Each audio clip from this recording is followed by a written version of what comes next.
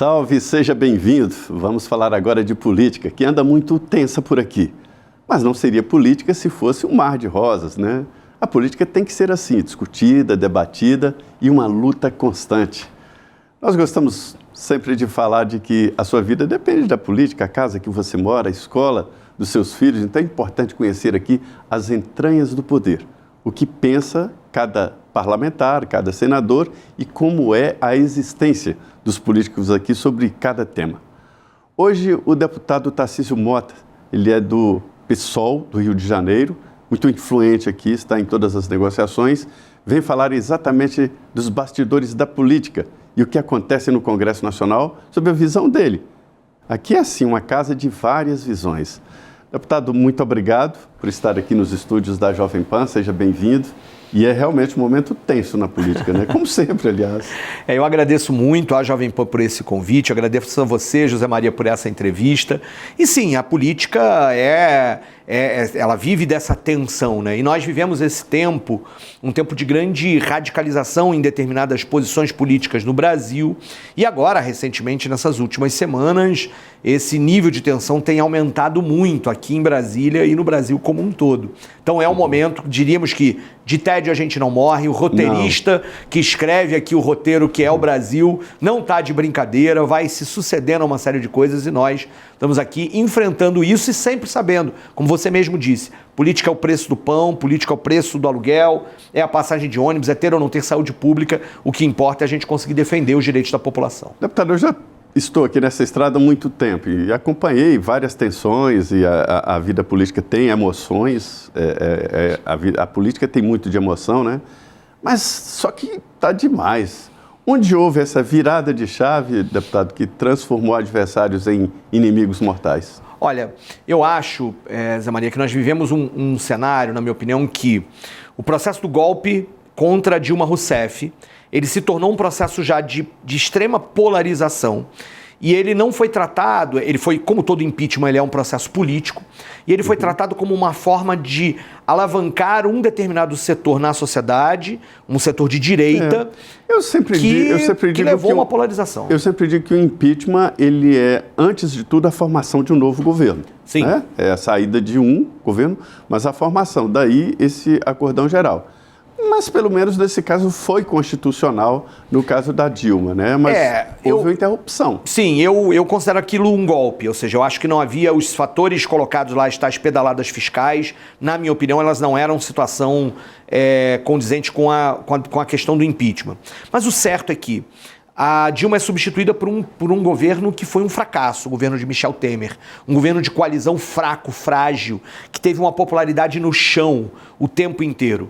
E deste governo, na minha opinião, muito fraco do Michel Temer, sem conseguir se sustentar, saiu um cenário eleitoral, que foram as eleições de 2018, e aí todo o processo da questão da Lava Jato, a prisão do Lula, um processo de polarização política muito forte, e a eleição do Bolsonaro, ela já está nessa marca em que as diferenças políticas foram levadas a um extremo tamanho, em que se pregava a partir desse avanço da extrema-direita a eliminação do outro. E aqui onde é que eu acho que o ponto é um ponto de inflexão na nossa sociedade. A campanha já de Bolsonaro em 2018, dizendo que vamos metralhar a petralhada, com todos os símbolos de arma, de morte, tidos com aquele processo, a retomada de um discurso do período da Guerra Fria, de demonização de um suposto comunismo que ameaçava, o próprio discurso de posse do Bolsonaro quando eleito em 2018, o discurso de posse dele no 1º de janeiro de 2019, era um chamado ao conflito e não um chamado à conciliação nacional.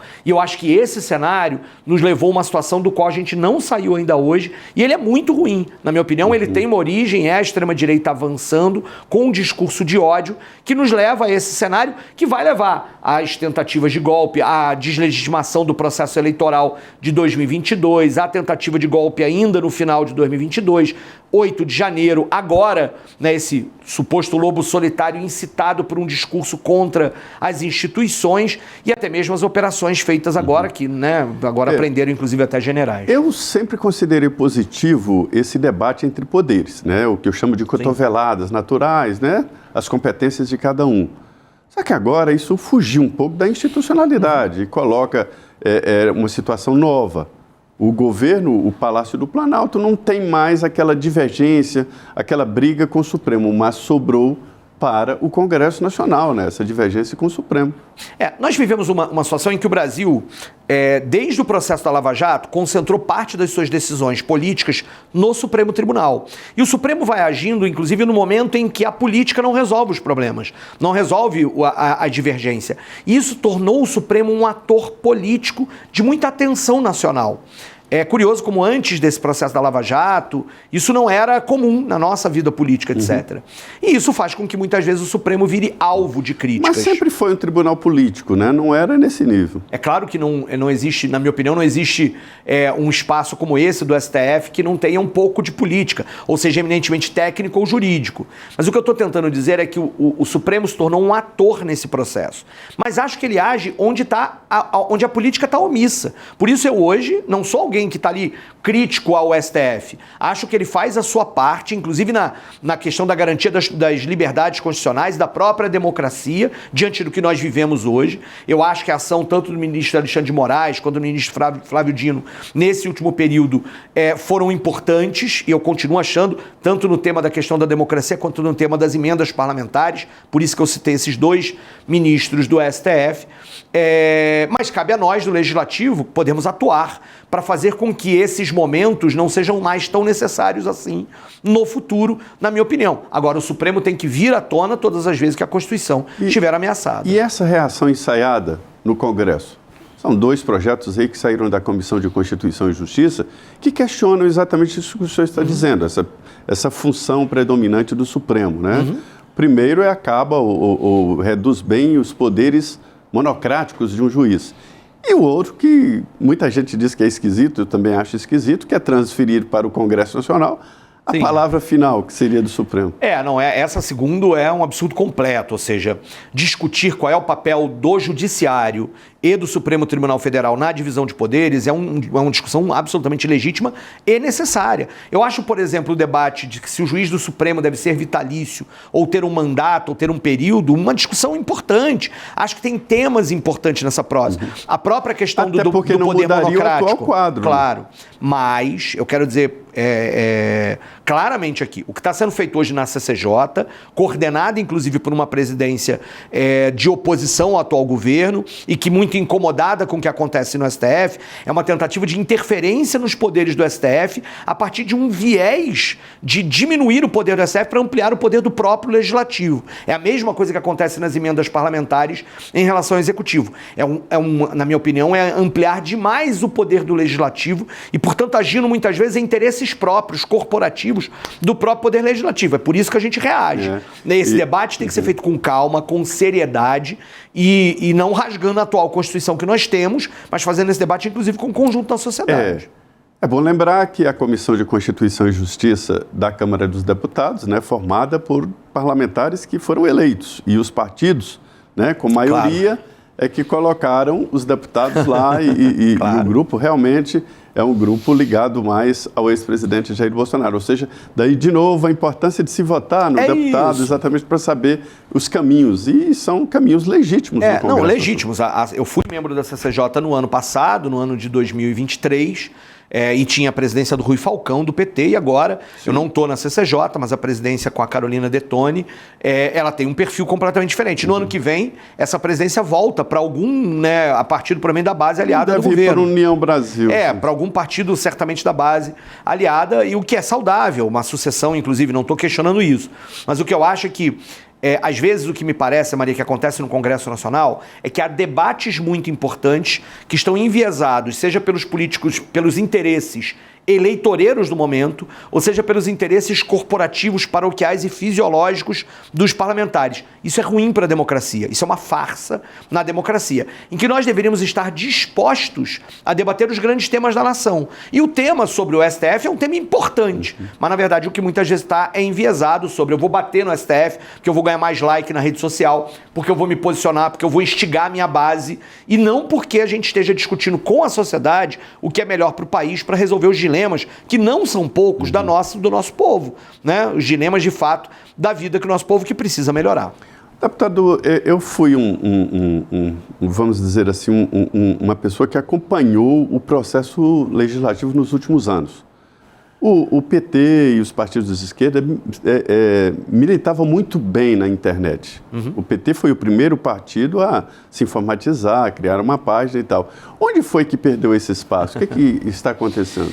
Eu acho que tem uma questão que é o advento das chamadas redes sociais mais amplas, ou seja, o Facebook, depois o Twitter, que depois virou X, e o Instagram, eles foram criando novas linguagens, novas formas de comunicação.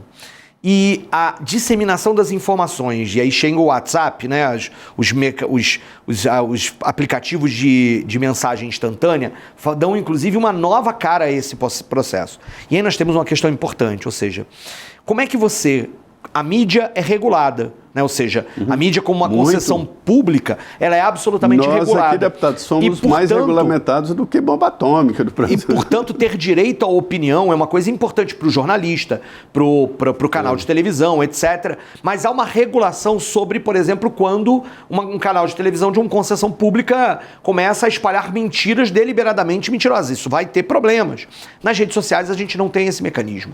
A ideia de que a rede social é um lugar de plena liberdade virou a liberdade para mentir, a liberdade para falar qualquer coisa e para estimular o pânico das pessoas, para estimular o medo nas pessoas. E aí esse elemento é um elemento que, de fato, a direita, a extrema-direita e outros setores mundo afora operaram muito bem. E aqui eu quero dizer alguma coisa do meu lugar, né? Eu acho que nós temos dificuldade de lidar com isso, seja porque a linguagem, a rapidez nos exigiria mudanças na forma da linguagem, e seja também com o compromisso ético que temos com a questão da verdade.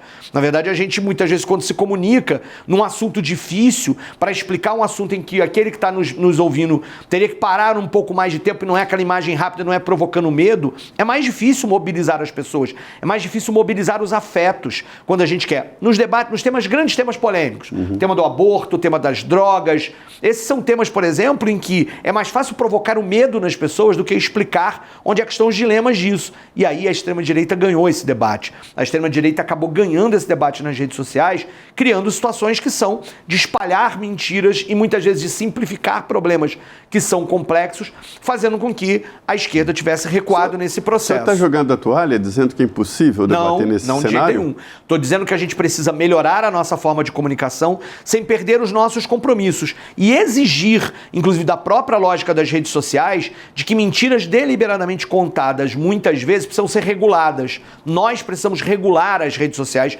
e isso é importante, porque precisa ter um balizamento ético que nos unifica naquilo que é onde é o patamar comum do nosso diálogo. A divergência é absolutamente saudável e necessária, mas quando você tem fake news, quando você tem o exagero da notícia para provocar o medo e o afeto deliberadamente para um dividendo eleitoral, para uma mobilização real, uma mobilização de rua muitas vezes para isso, mas usando a mentira, usando a lógica do medo sobre as pessoas, isso é ruim para a democracia, isso é ruim para todos nós. Isso é manipulação, não é notícia, não é debate. Não é informação. O senhor atua muito na área de educação, é da Comissão de Educação da Câmara dos Deputados, né? Claro.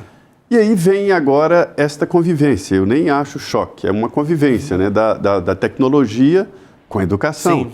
Eu sempre digo, deputado, que a tecnologia é neutra, depende de como as pessoas usam a tecnologia que ela fica boa ou má, né? Santos Dumont viveu dilemas quando ele viu os aviões que ele projetou sendo usados para guerra e tal, mas é a vida, né? E aí, como é que é essa convivência? Eu tenho a impressão que o Congresso ainda não se atentou para essa novidade, porque não há grandes debates sobre isso. A gente discute essa questão das tecnologias, né, o uso da tecnologia na educação há algum tempo, mas isso é uma grande avalanche, né? Agora, na ordem do dia, inclusive, da Comissão de Educação, o debate sobre o uso do celular nas escolas. É um debate importante. Eu, particularmente, sou favorável de que a gente tenha restrição ao uso do celular nas escolas, porque ele, de fato, retém a atenção. Mas não seria a escola que poderia avaliar isso? Então, eu sou um defensor ferrenho da gestão democrática. Mas você sabe que muitas vezes, neste caso, quando nós estamos falando de algo que é um problema nacional, recorrente e permanente com cada estudante hoje, você ter uma lei federal pode ajudar. O celular, agora, o mecanismo... ele provoca dificuldades para a educação? Porque ele virou uma extensão da nossa própria vida. Ele virou uma extensão da nossa própria vida. Eu me lembro que no ensino médio eu gostava de levar um livro para a sala de aula e às vezes numa aula chata, ficava embaixo da aula lendo o livro e não prestando atenção na aula. Mas, gente, quantos faziam isso? Qual era o problema? O problema agora a gente fazia isso. Só que o problema é a escala do problema. É a escala do problema. Zé Maria, é a escala do problema. O celular, ele prende a atenção de uma forma tamanha que o aprendizado está prejudicado na sala de aula. Eu tenho certeza que as escolas precisam pensar em estratégias para lidar com isso, mas eu estou muito convencido de que tamanha força, eu estou aqui, eu posso estar na entrevista contigo perguntando, pô, será que eu respondi aquela mensagem? Tem uma outra, e será que está acontecendo alguma coisa? Virou a extensão da nossa vida. A gente não consegue mais viver sem. E o momento da escola é um momento, inclusive, de um processo de educação digital.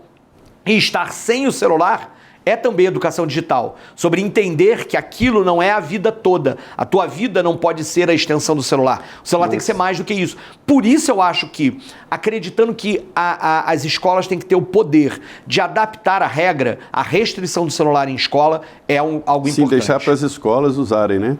Deputado, eu entendo que, eu gosto muito do tema educação, acompanho muito bem, que há uma covardia no momento. O professor, numa sala de aula, a única evolução, a grande evolução foi o fim do giz. Passou a ser um pincel e a lousa começou a ser branca e não preta. Isso foi uma revolução, não tem mais giz, não tem pó de giz, para se ter uma ideia. E o professor concorre com aulas online, com Harvard tem várias aulas no YouTube, enfim, é uma concorrência desleal. Sim. Como prender a atenção dessa nova geração com um pincel na mão. Eu me lembro que mesmo quando eu fiz faculdade, já lá se vai mais de 30 anos, esse também era um problema. Como é que você prende a atenção num mundo que está cada vez mais digital e a escola parece ter parado no século XIX?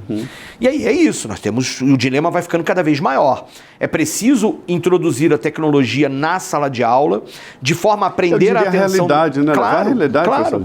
E é claro que muitas vezes você tem isso, você tem o retroprojetor hoje, você tem o projetor de slides, a coisa do uso já como algo que está bastante disseminado, como um uso, inclusive com vinculação muitas vezes com conexão à internet. Você tem um montão de escola que nem conexão à internet tem. Nem mesmo se eu quisesse, e hoje, se eu quero, e digo, e várias escolas que já proíbem, dizem, olha, vai ter uma aula que vai poder usar o celular. Acessa a internet para poder acessar esse tal documento, essa tal imagem. Eu, como professor de história, imagina. Acessa aí um acervo histórico, pesquisa numa fonte histórica sobre um tema. Seria fantástico, mas é preciso que aquele aluno tenha um pacote de dados possível, ou que a escola tenha um Wi-Fi para que isso aconteça. Para que a gente avance com isso, a escola precisa avançar na tecnologia. E aí nós batemos num problema aqui no Brasil. Financiamento. O Brasil, quando comparado aos outros países da OCDE, ainda é um dos países que menos investe em educação. E nós precisamos ampliar isso. Como nós vivemos num critério de restrição de gastos, de teto de gastos, você não consegue investir tudo aquilo que você precisa. O Brasil tem atrasos históricos na educação que vêm de longo prazo, que só serão resolvidos quando nós tivermos o investimento de fato nas escolas, nos professores e nos demais profissionais da educação, porque a escola nunca é só o professor. Você tem que formar bem o professor para esse novo tempo, estruturar a escola para o novo tempo para ser melhor e apostar num diálogo democrático com os alunos, porque a escola precisa ser um bom lugar, um lugar que ele goste de estar presente, e não um depósito de alunos. E muitas vezes é isso que está fazendo. Ô, deputado, há quem pense que isso é uma lenda, essa história de investir na educação em dinheiro. É preciso gestão, é preciso técnica, porque eu li um longo trabalho do IPEA, um trabalho muito bom, em que o IPEA pegou as melhores escolas, estamos falando de resultados aí do IDEB, as melhores escolas, as piores, e foi conversar com todos os professores, diretores e alunos. Onde, por exemplo, em Sobral, existem alunos que aprendem mais do que escolas caríssimas de São Paulo e Rio de Janeiro. Estamos falando de escola que cobra aí 8, 10 mil reais de mensalidade, né? E o nível geral do Brasil é muito baixo. Então, e lá ele mostra qual é a mágica de Sobral. Em primeiro lugar, comprometimento de todos, como benefício às escolas que têm bons resultados no IDEB, né? Outra coisa que me surpreendeu e que leva uma dúvida ética ou não ética, que treina o aluno para responder o IDEB. Mas há quem treine também fazer concurso, fazer vestibular, é lógico, né? E aí a gente vê, por exemplo, que o incentivo que parte da arrecadação, eu não sei exatamente quanto por cento da arrecadação líquida que vai para a educação, mas é um gasto fixo. Isso não resolveu. Então, vamos lá. Primeiro dinheiro sem gestão não resolve. Portanto, a gestão é um elemento importante. A gestão democrática e eficiente é absolutamente importante. O segundo elemento é que a escola não está separada, ela não é uma ilha fora de uma realidade completamente diferente. Ela está vinculada a uma determinada realidade social onde ela acontece. Agora, ter uma gestão eficiente sem dinheiro pode dar um resultado aqui a colar, mas ele nunca vai ser o resultado da estrutura. Nós nunca vamos resolver o problema enquanto o professor estiver condenado a dar 60, 70, 80 aulas por semana em 3, 4 escolas diferentes, porque ele não tem tempo para corrigir o trabalho, ele não tem tempo para conhecer o aluno, ele não tem tempo para planejar a aula, ele não tem tempo para estudar e se formar, não só atualizando aquilo do conhecimento que ele teve na faculdade, mas atualizando até o conhecimento de tecnologia. A gente estava falando disso agora. Não é possível se a gente não tiver um mínimo de investimento para garantir as condições para que a escola tenha. A gente tem escola no Brasil que não tem banheiro, que não tem fornecimento de água regular, mas uma escola que não tem internet. E isso custa dinheiro. E os países do mundo que resolveram estruturalmente a educação foram para isso. Para comentar a última coisa. Sim. Eu, como professor, sempre disse, a avaliação ela é o final do processo. Ela tem que me dar um diagnóstico do que está acontecendo para eu entender o que está acontecendo e resolver os problemas. Treinar o aluno para fazer a prova é me dar um falso diagnóstico, porque ele vai tirar uma boa nota na prova sem ter aprendido, porque ele foi só treinado a responder a prova. Isso não resolve. Melhora a nota do IDEB sem resolver o problema. O governo do estado do Rio de Janeiro, quando eu era professor, fazia o seguinte, ele pegava os alunos do noturno, colocava em projetos de aceleração e com isso eles não faziam a prova do IDEB. Quando eles não faziam a prova do IDEB, ele conseguia aumentar a média, excluindo alunos. Isso é um falso diagnóstico, porque o meu diagnóstico que precisa ser feito para eu entender como é que o ensino-aprendizagem está funcionando, para eu resolver os problemas. E qual será o futuro da educação? Na minha opinião... Tem o homeschool, tem, né, escola em casa... Não, o homeschooling, na minha opinião, ele deve ser... a educação é um processo de sociabilização. Ele não deve ser feito em casa, deve ser feito na escola. E a Constituição brasileira é muito clara nesse problema, na questão de que a educação é um direito de toda criança, de todo jovem, de todo adolescente, um dever do Estado. Né? E, portanto, as famílias têm um papel muito importante na educação, mas a sociabilização da vida e do conhecimento é na escola, na realidade que a gente tem. Tem resultado dessa educação em residência? Como é que está? Não, eu sei que hoje é muito pequeno, até porque no Brasil ele não está regulamentado, não está proibido. Então, no Brasil, nós não temos esse tipo de situação. Há projetos de lei para tentar regulamentar isso. Não é possível, na legislação brasileira, você ter hoje homeschooling. Mas a família tem um papel de acompanhar o aprendizado do aluno, que é importante. Né? Em alguns casos... Mas não, eu acho que nem como exceção. Está errado de acordo com o nosso ordenamento jurídico. Sou contra. Não deve ser permitido esse tipo de história. A família tem um papel importante na educação das crianças, jovens e adolescentes. Mas a família não substitui a escola. A escola é o lugar da sociabilização, do conhecimento, da vida, do amadurecimento. E ela deve ser assim. Escola é o lugar de descoberta do mundo. E esse processo, o Constituinte brasileiro absorveu essa ideia e está, né, tanto na Constituição quanto na LDB, é esta lógica que está colocada aqui. Eu queria tocar num assunto que acabou tomando conta dos debates por aqui, que é a história de 6x1, que é a jornada de trabalho. Devo te dizer que eu acompanhei o Vicentinho aqui tentando reduzir a carga horária de 44 para 40 horas semanais e ninguém prestava atenção. E, de repente, reduzir para 36 horas semanais, tomou conta do país. Claro. Primeiro, eu queria que o senhor falasse sobre o motivo desta alavancada. E, segundo, a gente entra no debate. Mas, primeiro, qual é o motivo? Por que esse assunto, de repente, tomou conta? Tomou conta porque ele diz algo a respeito a algo da vida das pessoas, da vida concreta das pessoas. Esse trabalhador, o trabalhador do telemarketing, o trabalhador da farmácia, o trabalhador da padaria, do supermercado, está se sentindo oprimido há muito tempo. Do restaurante. Está se sentindo oprimido há muito tempo. E aí eu acho que tem a ver, às vezes, com a forma de comunicação. Eu mesmo fui relator de uma PEC que reduzia a jornada de trabalho em 2023 e os nossos esforços de mobilização não davam certos. A ideia, inclusive, de que é o fim da escala 6x1 pode ter tido uma forma das pessoas entenderem de que trabalhar 6 dias para descansar é errado, é desumano, é desnecessário que seja dessa forma. Que o senhor falou da linguagem. Da linguagem, da comunicação. O Rick Azevedo, que foi eleito vereador pelo meu partido lá no Rio de Janeiro, foi uma surpresa para todo mundo na hora que estava lá nas eleições, porque ele conseguiu comunicar isso. E, ao mesmo tempo, ele conseguiu alavancar e tornar esse tema nacional. E aí a Erika Hilton apresenta uma PEC, eu já fui relator de uma outra PEC sobre isso. E que bom que tomou a pauta. É bom, é o debate. Aí vamos para o mérito. A impressão que eu tenho é que é um debate vazio. Por quê? Primeiro, já existem várias categorias que trabalham menos de 36 horas semanais, né? Então, não se pode fazer uma norma geral. Existem setores. O senhor citou alguns setores que fazem 44 horas, que não é nem a média de trabalhadores é menor. Não seria o caso de desregulamentar, ou seja, definir o acordo coletivo? Porque o acordo coletivo não é um acordo entre o trabalhador e o patrão, é entre sindicatos. Não seria, quer dizer, a minha impressão é que cada setor tem uma demanda. Olha, a história da classe trabalhadora no mundo é a história de que todas as vezes que a gente deixou só para negociação, a coisa não foi a favor do trabalhador. E aí eu quero dizer claramente, ainda mais numa situação como essa, o que o Brasil, desde a CLT, organiza é a carga horária máxima de trabalho.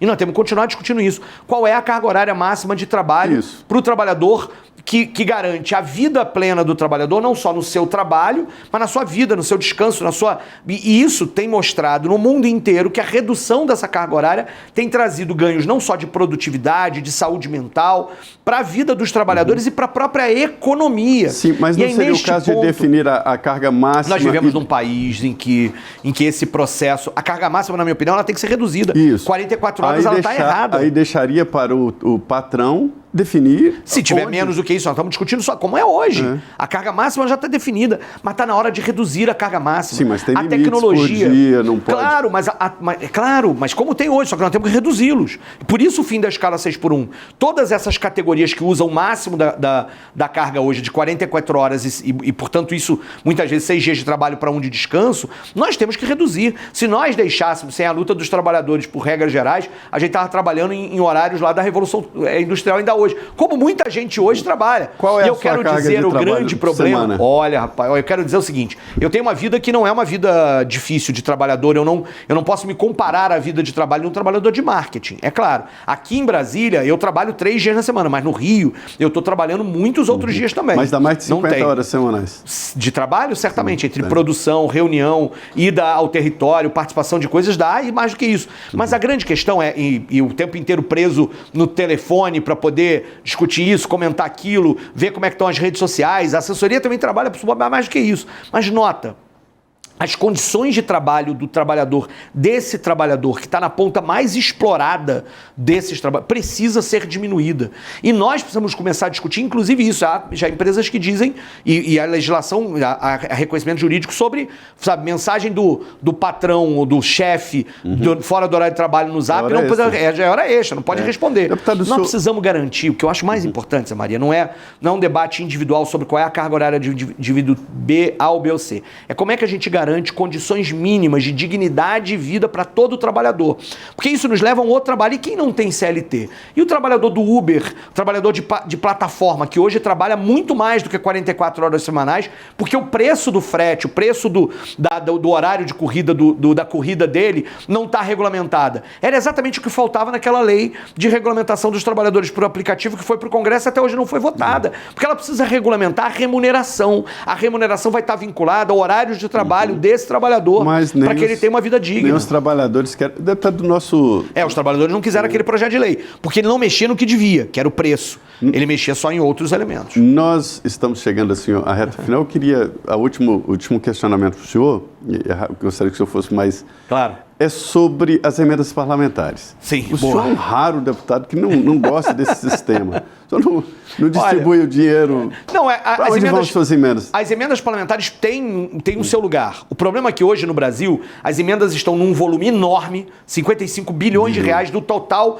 de 250 que o Estado tem para investir. Não pode estar na mão do Congresso esse volume todo. E além desse volume todo, elas têm que ter transparência, participação, elas têm que ter controle social. Nada disso existe. O senhor manda suas emendas para onde? Não, a gente faz um processo de receber os projetos e nunca faço emenda PIX, uma emenda que eu não possa depois rastrear e entender exatamente onde estava. Nunca fiz uma emenda PIX no meu ano que eu fiz e nem nesse ano que a gente está em processo de elaboração, mas a gente recebe os projetos de órgãos do governo, de movimentos sociais, de prefeitura, e seleciono e dou transparência a isso, depois comunico ao conjunto da questão que a gente está fazendo. Assim, né, e o tempo inteiro fazendo se elas estão executadas lá. Elas estão travadas, porque foram travadas e, portanto, quase nenhuma das minhas foi executada as desse ano, e as do ano que vem ainda não foram selecionadas. Mas a gente faz um processo de seleção transparente. Mas eu quero dizer, o volume está errado e a falta de transparência em grande parte dessas emendas e as emendas de comissão estão erradas, e por isso a gente votou contra o projeto que passou no Congresso essa semana. Não é pouco dinheiro, não. 55 bi.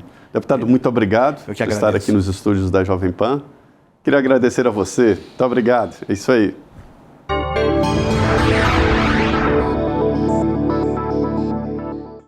A opinião dos nossos comentaristas não reflete necessariamente a opinião do Grupo Jovem Pan de Comunicação. Realização Jovem Pan News.